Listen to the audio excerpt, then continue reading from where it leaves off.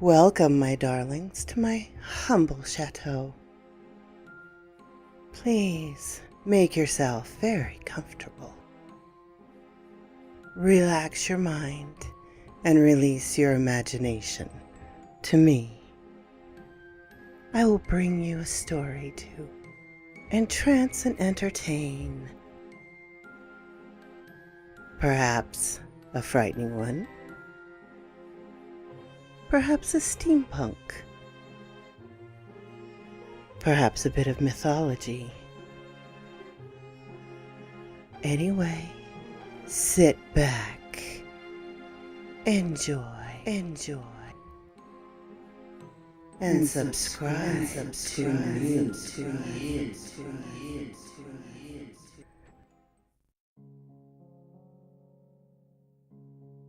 Shadow over Innsmouth. Chapter 3. It must have been some imp of perverse, or some sardonic pull from the dark, hidden sources, which made me change my plans as I did. I had long before resolved to limit my observations to architecture alone, and I was even then hurrying towards the square in an effort to get quick transportation out of this festering city of death and decay. But the sight of old Zadok Allen set up new currents in my brain, and made me slacken my pace uncertainly. I had been assured that the old man could do nothing but hint at wild, conjointed, and incredible legends, and I had been warned that the natives made it unsafe to be seen talking to him. Yet the thought of this aged witness to the town's decay, with memories going back to the early days of ships and factories, was a lure that no amount of reason could make me resist. After all, the strangest and maddest of myths were often merely symbols or allegories based upon truth. And old Zadok must have seen everything which went on around Innsmouth for the last 90 years. Curiosity flared up beyond sense and caution, and in my youthful egotism, I fancied I might be able to sift a nucleus of real history from the confused, extravagant outpouring I would probably extract with the raw aid of whiskey. I knew I could not accost him then and there, for the firemen would surely notice and object. Instead, I reflected I would prepare by getting some bootleg liquor at a place where the grocery boy had told me it was plentiful.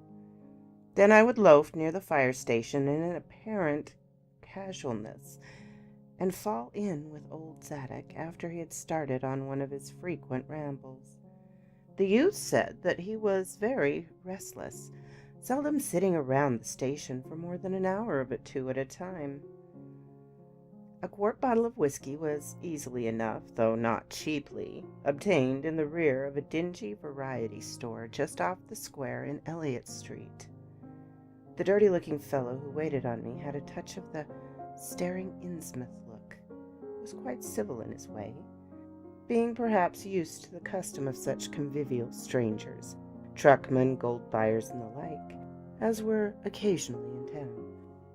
Re-entering the square, I saw that luck was with me, for, shuffling out of Payne Street around the corner of the Gilman house, I glimpsed nothing less than the tall, lean, tattered form of old Zadok Allen himself. In accordance with my plan, I attracted his attention by brandishing my newly purchased bottle, and soon realizing that he had begun to shuffle wistfully after me as I turned into Waite Street, on my way to the most deserted region I could think of. I was steering my course by the map the grocery boy had prepared, and was aiming for the wholly abandoned stretch of southern waterfront which I had previously visited. The only people in sight there had been the fishermen on the distant breakwater, and by going a few squares south I could get beyond the range of these, finding a pair of seats on some abandoned wharf, and begin free to question old Zadok, unobserved for an indefinite time. Before I reached Main Street, I could hear a faint and wheezy, "Hey, mister," behind me, and I presently allowed the old man to catch up and take copious pulls from the quart bottle. I began putting out feelers as we walked along the water street, and turned southward amidst the omnipresent desolation and crazily tilted ruins, but found that the aged tongue did not loosen as quickly as I had expected. At length I saw a grass-grown opening towards the sea, between crumbling brick walls, and the weedy length of an earthen masonry wharf projected beyond. Piles of moss-covered stones near the water promised tolerable seats, and the scene was sheltered from all possible view by a ruined warehouse on the north. Here, I thought, was the ideal place for a long sequid colloquy, so I guided my companion down the lane and picked out spots to sit in among the mossy stones. The air of death and desertion was ghoulish, and the smell of fish almost insufferable, but I was resolved to let nothing deter me. About 4 hours remained for conversation if I were to catch the 8 o'clock coach for Arkham, and I began to dole out more liquor to the ancient tippler, meanwhile eating my own frugal lunch. In my donations I was careful not to overshoot the mark, for I did not wish Zadok's venous garrulousness to pass into a stupor. After an hour his furtive taciturnity shewed signs of disappearing, but much to my disappointment he still sidetracked my questions about Innsmouth and its shadow-haunted past. He would babble of current topics, revealing with a wide acquaintance with newspapers and a great tendency to philosophize in sentences village fashion. Towards the end of the second hour, I feared my quart of whiskey would not be enough to produce results, and was wondering whether I had better leave old Zadok and go back for more. Just then, however, chance made the opening, which my question had been unable to make, and the wheezing ancient's rabblings took a turn that caused me to lean forward and listen alertly. My back was towards the fishy-smelling sea, but he was facing it, and something or other had caused his wandering gaze to light on the low, distant line of Devil Reef, then shewing plainly and almost fascinatingly above the waves. The sight seemed to displease him, for he began a series of weak curses, which ended in a confidential whisper and a knowing leer. He bent towards me, took hold of my coat lapel, and hissed out some hints that could not be mistaken. "That's where it all began, that cursed place of all wickedness, where the deep water starts. Gate of hell, sheer drop down to a bottom note, sounding line Kentuck. Old Cap'n Obed done it. Him that found out about more was good for him in the South Seas Islands. Everybody was in a bad way them days. Trade falling off, mills losing business, even the new ones, and the best of our menfolk killed a privateering in the War of 1812, or lost with the Elizabeth brigand, the Ranger Snow, both of 'em Gilman Venter. Obed Marsh, he had 3 ships afloat, brigantine Columby, Brigade Hetty, and bark Sumtree Queen. He was the only one as kept on with the East Indian Pacific trade, though Esdras Martin's barkentine Malay Pride made a venture as late as 28. Never was nobody like Captain Obed. Old limb o' Satan. I can mind him a-telling about firm parts and calling all the folks stupid for going to Christian meeting and bearing their burdens meek and lowly, saying they'd orter get better gods like some of the other folk in the Injies. God says I'd bring 'em good fishing in return for their sacrifices, and I'd really answer folks' prayers. Matt Elliott, his first mate, talked a lot too, only he was aging folks doing any heathen things. Told about an island east of Ottaway where they was a lot of stone ruins, older than anybody knew anything about. Kind of like them on Pond Nape in the Carolinas, but with carvings of faces that look like big statues on Easter Island. They was a little volcanic island near that too, where they was other ruins with different carvings. Ruins all worn away like they'd been under the sea often, and with pictures of awful monsters all over 'em. Well, sir, Matt, he says the natives around there had all the fish they could catch and sported bracelets and armlets and head rigs made out of queer kind of gold and covered with pictures of monsters, just like the ones carved over on the ruins on the little island. Sort of fish-like frogs or frog-like fishes that was drawn in all kinds of positions, like they were human beings. Nobody could get about of where they got all that stuff. And all the other natives wondered how they managed to find fish in plenty when the very next islands had lean pickings. Mac, he got to wondering too.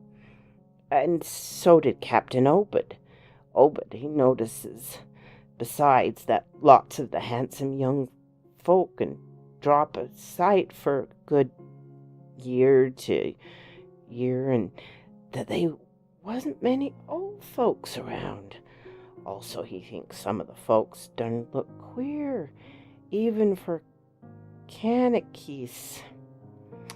It took Obadiah to get the truth out of them heathen. I don't know how he done it, but he began by trading for the gold-like things they wore, asking them where they come from, and if they could get more, and finally wormed the story about old Chief Wallachia, they called him. Nobody but Obadiah ever believed the old yeller devil, but the captain could read folks like they was books. Nobody ever believed me now when I tell 'em, and I don't suppose you will, young feller, though come to look at you have kind of got them sharp reading eyes like Obadiah had. The old man's whisper grew fainter, and I found myself shuddering at the terrible and sincere portentousness of his intonation, even though I knew his tale could be nothing but drunken fantasy. Well, sir, Obadiah, he learned that they's things on this earth as most folk had never heard about and wouldn't believe if they did hear. It seems these Kanakys had sacrificed heaps of their young men and maidens to some kind of god things that lived under the sea, and getting all kinds of favors in return. They met the things on the little fish islet with the queer ruins, and it seemed them awful pictures of frogfish monsters were supposed to be pictures of these things. Maybe they were kind of critters as got all the mermaid stories and such started. They had all kinds of cities on the bottom, and as got all the mermaid stories and sex started. They had all kinds of cities at the sea bottom, and this island was heaved up from there. Seems there were some of the things alive in the stone buildings when the island come sudden to the surface. And that's how the Kennedys got wind that they were down there. Made sign talk as soon as they got 'em over, been scared, and pieced up a bargain for long. Them things like human sacrifices had 'em for ages afore, but lost track of the upper world after a time. What they done to the victims, it ain't for me to say. I guess old Obed wasn't too sharp about asking, but it was all right with the heathens because they had been having a hard time and was desperate about everything. They give a certain number of young folk to the sea things twice every year. Maeve and Halloween regular as could be. Also give some of the carved knickknacks they made. What the things agreed to give in return was plenty of fish. They drove 'em in from all over the sea, and a few gold-like things now and then. Well, as I say, the natives met the things on the little volcanic islet, going there in canoes with the sacrifices of certainty and bringing back any of the gold-like jewels as was coming to 'em. At first, the things didn't never go into the mainland, but after a time they come to want to. Seems they hankered after mixing with the folk and having gents' ceremonies on the big days, May Eve and Halloween. You see, they were able to live both in and out of the water, what they call amphibians, I guess. The Kanakees told 'em as how folks from the other islands might want to wipe 'em out, about if they got wind of their being there. But they says they don't care much because they could wipe out about the whole brood of humans if they will to bother. That is, any as they didn't have certain signs sect was used only by the lost old ones, whoever they were. But not wanting to bother, they'd lay low when anybody visited the island. When it comes to mating with them toad-looking fishes, the Kanakee kind of balked, but finally they learned something as they put a new face on the matter. Seems the human folk had kind of relation to sek water beasts, and that everything alive come out of the water won't, and only needs a little change to go back again. Them things told the Kanakee that if they mixed blood, they'd be children as looked human at first, but later turned more and more like the things, till finally they'd take 'em to the water and gin the main lot of things down there. And this is the important part, young fella. Them as turned into fish things and went down into the water wouldn't never die. Them things never died, except they were killed violent. Well, sir, it seemed by the time Obadiah knowed them islanders, they were all full of fish blood from them deep water things. When they got old and began to shew it, they were kept hid until they felt like taking to the water and quitting the place. Some were more tech than others, and some never did change quite enough to take to the water, but mostly they turned about just the way them things said. Them as was born more like the things changed early, but them that was nearly human sometimes stayed on the island till they were past 70, though they usually go down under for trial trips afore that. Folks that had took to the water generally come back a good deal to visit, so a man should be a-talking to his own 5 times great-grandfather who'd left the dry land a couple of 100 years or so afore. Everybody got about the idea of dying except in canoe wars with other islanders, or as sacrifices to the sea gods down below, or from snake bite or plague or sharp galloping ailments or something afore they could take to the water, but simply looked forward to a kind of change and wasn't a bit horrible after a while. They thought what they'd got was well worth what all they had given up, and I guess Obed kind of come to think the same thing himself when he chewed over the old Wallakee's story a bit.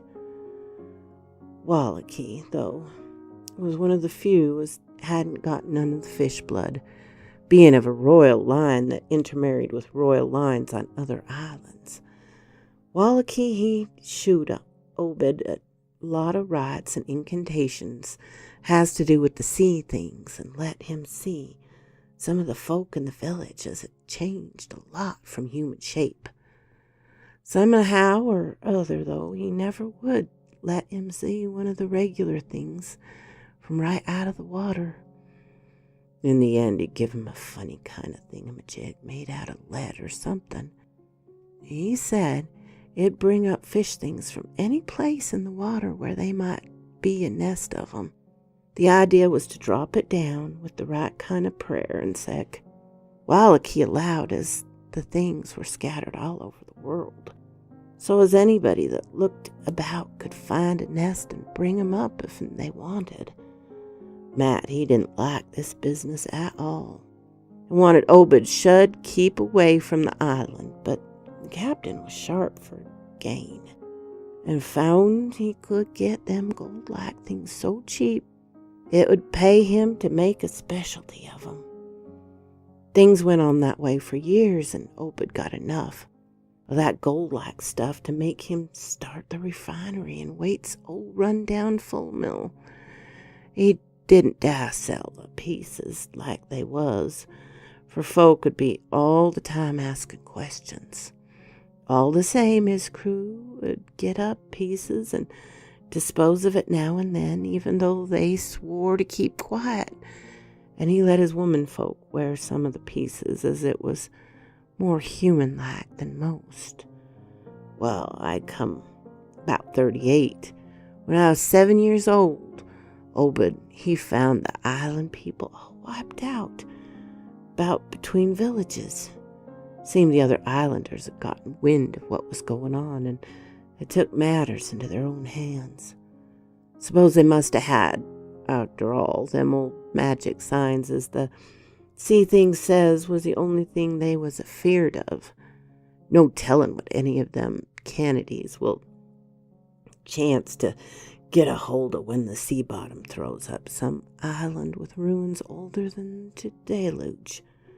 Pious cusses these was. They didn't leave nothing standing on either the mainland or the little volcanic islet, except what parts of the ruin was too big to knock down.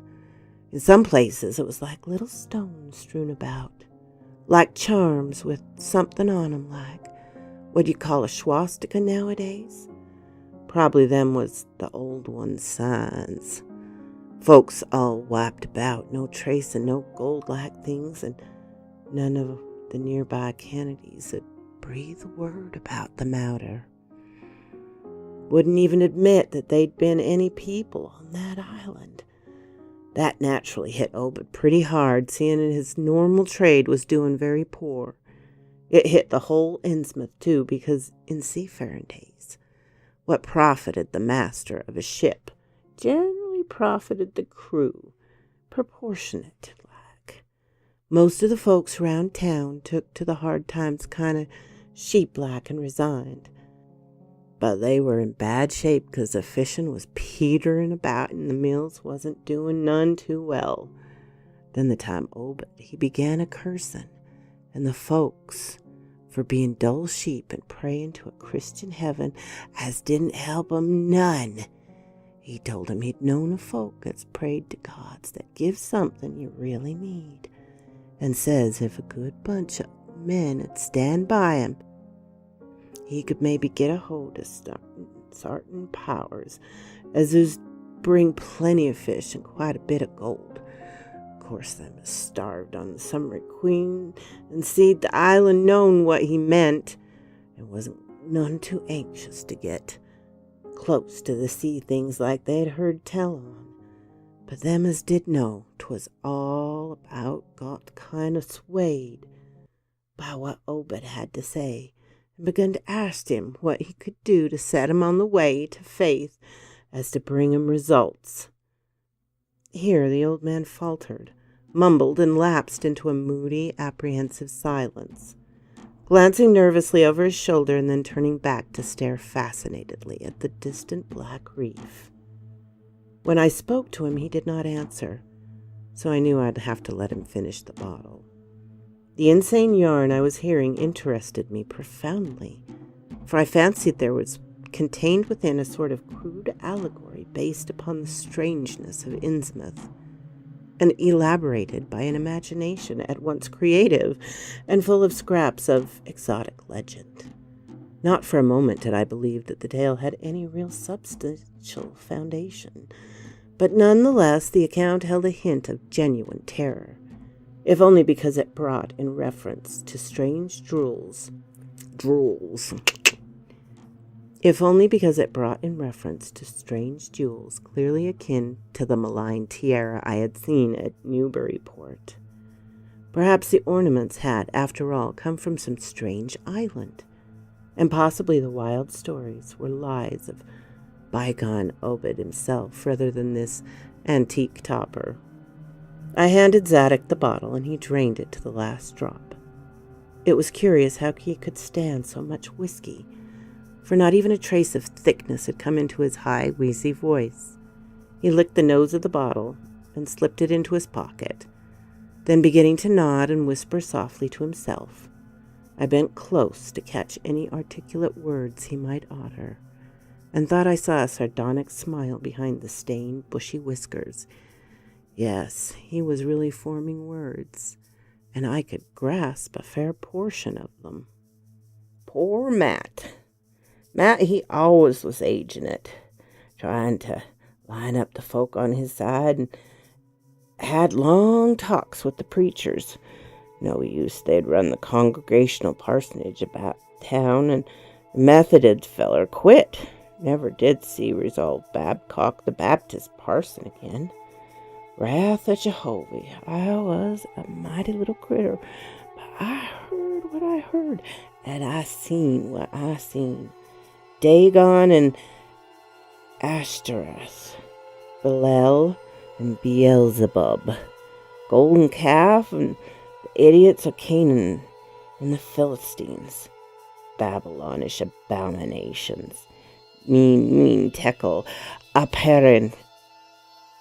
He stopped again, and from the look in his watery blue eyes, I feared he was close to a stupor after all. But when I gently shook his shoulder, he turned on me with astonishing alertness, and snapped out of some obscure phrases. Don't believe me, huh? Heh, heh. Then you just tell me, young feller, why Captain Obed and 20-odd other folk used to row about Devil's Reef in the dead of the night, enchanting things so loud you could hear 'em all over town when the wind was right. Tell me that, eh? Tell me why Obed was always dropping heavy things down in the deep water the other side of the reef, where the bottom shoots down like a cliff lower than you can sound. Tell me what he done with the funny-shaped lead thingamajigs as Walecki gave him, huh? Huh, boy? And what did they always howl on May Eve, and age in the next Halloween, and again the next Halloween? And why'd the new churches parsons, fellers as used to be sailors, wearing them queer robes and cover themselves with the gold-like things Obed brung, huh? Watery blue eyes were almost savage and maniacal-looking now, and the dirty white beard bristled electrically. Old Zadok probably saw me shrink back, for he had begun to cackle evilly. Beginning to see here. Maybe you'd like to have been me in them days when I'd seed things at night. About to see from the cupola atop my house. Oh, I can tell you. Little pictures of big ears, and I wasn't missing nothing of what was gossiped about Captain Obed and the folks about the reef. How about the night I took my pa's ship's glass up to the cupola and said the reef's a bristling thick with shapes that dove off quick soon as the moon riz. Obed and the folks was in the dory, but them shapes dove off the far side into the deep water and never come up. How'd you like to be a little shaver alone up in a cupola watching shapes as wasn't human shapes, eh?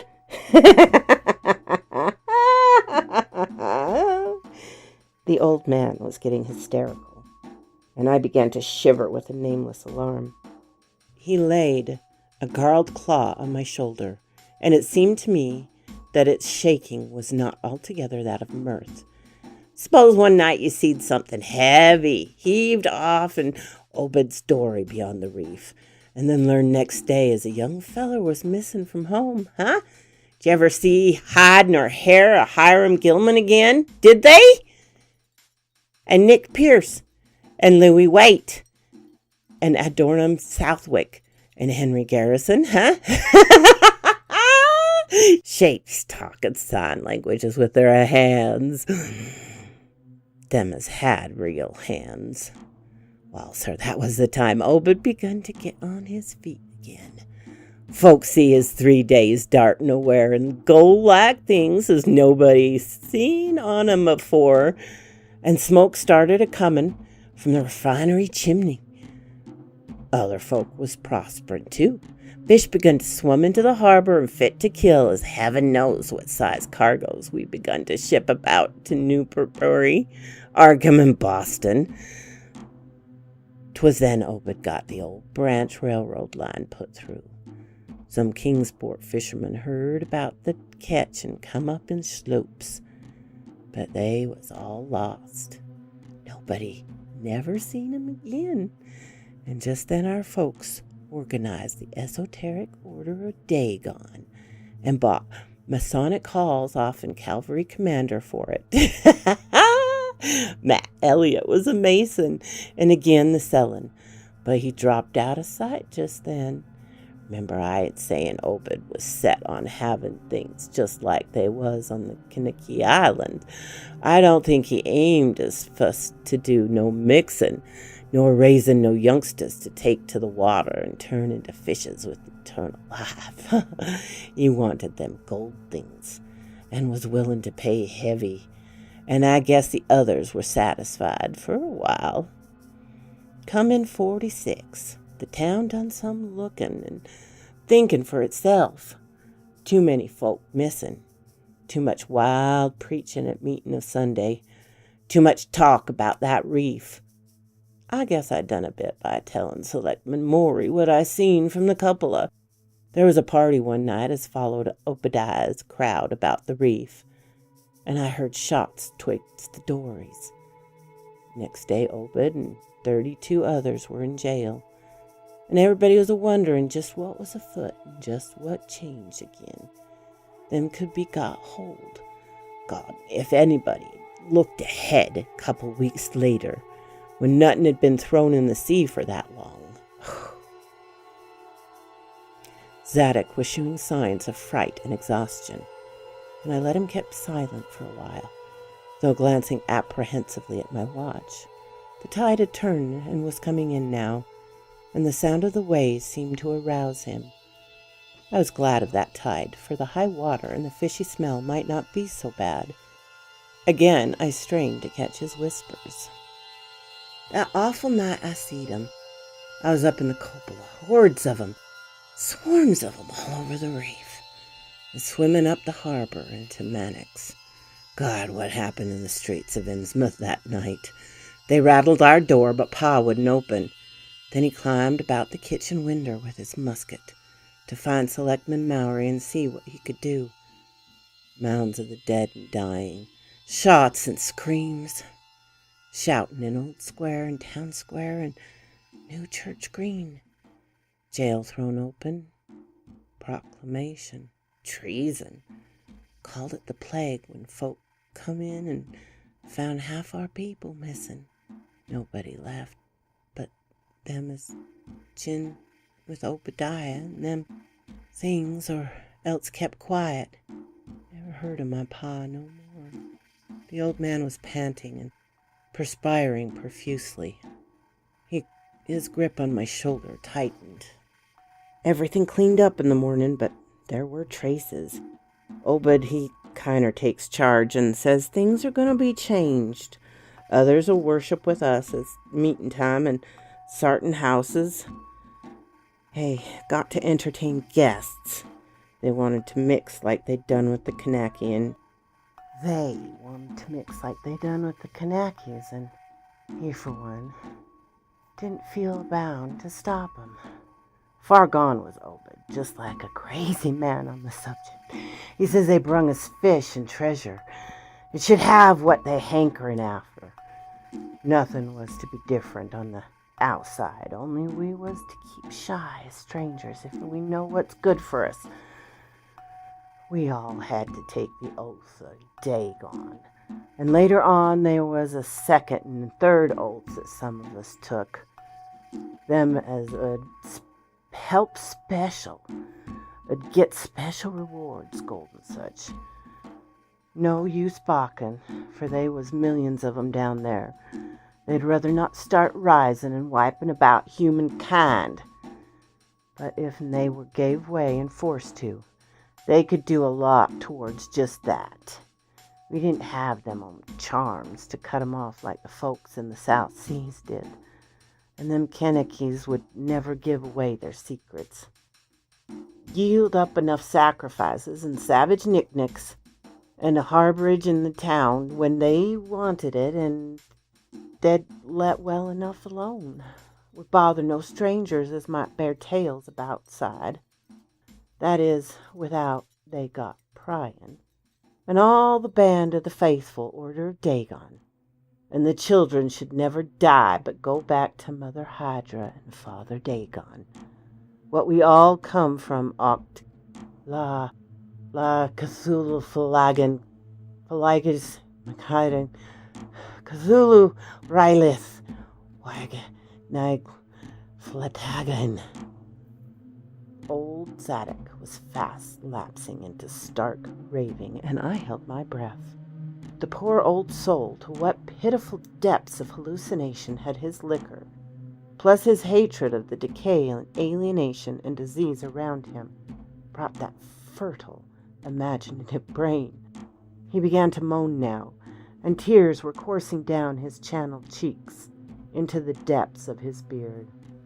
God, what I seen since I was 15 years old. Meine Tekel, Afresin, the folks as was missing, and them as killed themselves, them as told things in Arkham or Ipswich or sect places, was all called crazy, like you're calling me right now, but God, what I seen. They'd have killed me long ago for what I know. Only I took the first and second oaths of Dagon, often Obed. So was perfected, unless a jury of them proved I told things knowing and deliberate. But I wouldn't take the third oath. I'd die rather than take that. It was around Civil War time when children born second 46 begun to grow up. Some of 'em, that is. I was afeard. Never did no prying after that awful night, and never seen one of them close to in my life. That is, never no full-blooded one. I went to the war, and if I had any guts or sense, I'd never come back, but settled away from here. But folks wrote me things weren't so bad, that I supposed was because government draft men was in town after 63. After the war, it was just as bad again. People begun to fall off. Mills and shops shutting down. Shipping stopped, and the harbor choked up. Railroad gived up, but they never stopped swimming in and out and about the river from that cursed reef of Satan. And more attic windows got boarded up, and more noises were heard in houses as wasn't supposed to have nobody in 'em. Folks outside have their stories about us. Suppose you've heard a plenty on 'em. Seen what questions you asked. Stories about things they've seen now and then, and about that queer jewelry as still comes in from somewhere and ain't quite all melted up, but nothing never gets definite. Nobody believes nothing. They call 'em gold-like things pirate loot, and allow the Innsmouth folk, her furrin blood or distemper or something, besides them that lives here, shoo off as many strangers as they can, and encourage the rest not to get very curious, especially round night time. Beasts balk at the critters, hosses wussin' mules. But when they got autos, that was all right. In 46, Captain Obed took a second wife that nobody in town never seen. Some say he didn't want to, but was made to by them he'd called in. Had 3 children by her.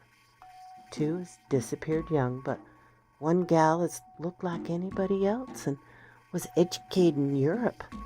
Obed finally got her married off by a trick to an Arkham feller, as didn't suspect nothing. But nobody outside'll have anything to do with Innsmouth folk now. Barnabas Marsh, that runs a refinery now, is Obed's grandson by his first wife, son of Omphrius, his eldest son, but his mother was another of them, and wasn't never seed outdoors. Right now Barnabas is about changed.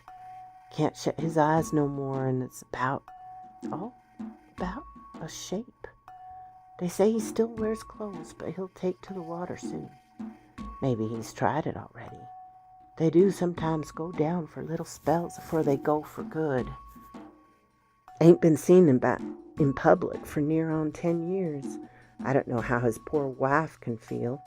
She comes from Ipswich, and they nigh lynched Barnabas when he courted her 50-odd years ago. Oh, but he died in 78, and all the next generation is gone now. The first wife's children dead, and the rest, God knows. The sound of the incoming tide was now very insistent, and little by little it seemed to change the old man's mood from maudlin tearful to watchful fear. He would pause now and then to renew those nervous glances over his shoulder, out towards the reef. Despite the wild absurdity of his tale, I could not help beginning to share his vague apprehension. Zadok now grew shriller, and seemed to be trying to whip up his courage with louder speech. "Hey, you, why don't you say something? How you like to be living in a town like this, with everything a-rotten, a-dying and boarded-up monsters crawling and bleeding and barking and hopping around black cellars and attics every way you turn? Hey, how'd you like to hear the howling night after night from the churches that order a Dagon Hall? You know what they doin' in the howling? How'd you like to hear what comes from the awful reef every May Eve and Hallow Mass? Hey, think the old man's crazy, eh? Well, sir, let me tell you, that ain't the worst." Zadok was really screaming now, and the mad frenzy of his voice disturbed me more than I cared to own. "Curse ye! Didn't you set that staring at me with them eyes? I can tell Obed Marsh he's in hell, and he's got to stay there. In hell, I say. You can't get me. I ain't done nothing nor told nobody nothing." "Oh, you, young feller? Well, even if I hadn't told nobody nothing yet, I'm a-going to now. You just set still and listen to me, boy. This is what I ain't never told nobody. And I say I didn't do no prying after that night, but I found things are just the same. You want to know what the real horror is, hey?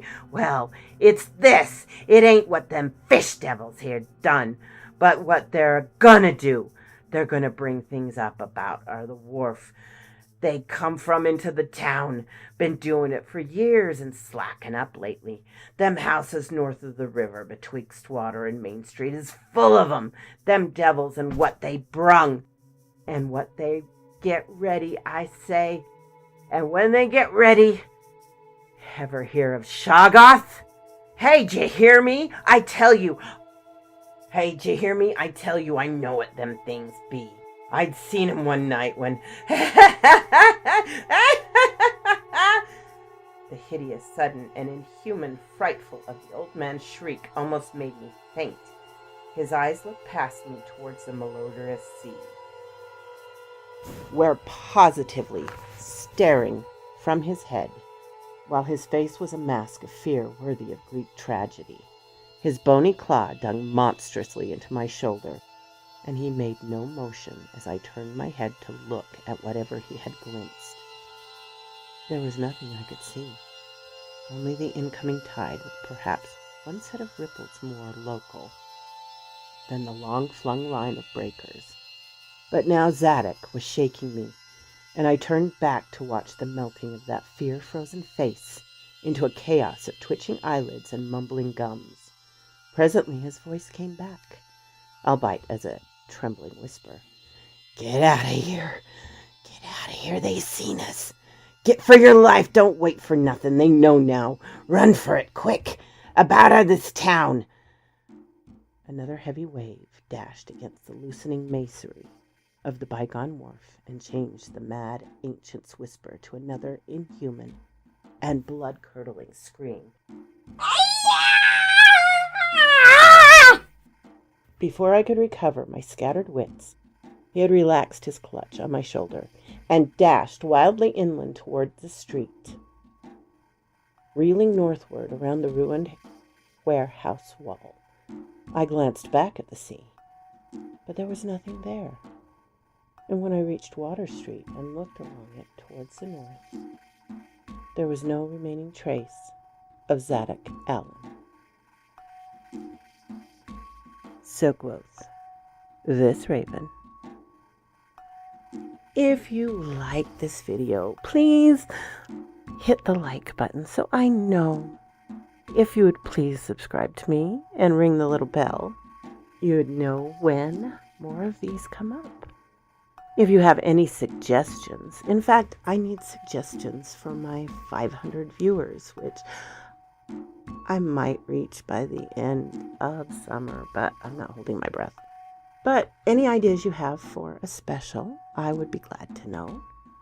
You can follow me on Twitter, and have a wonderful day, my darlings.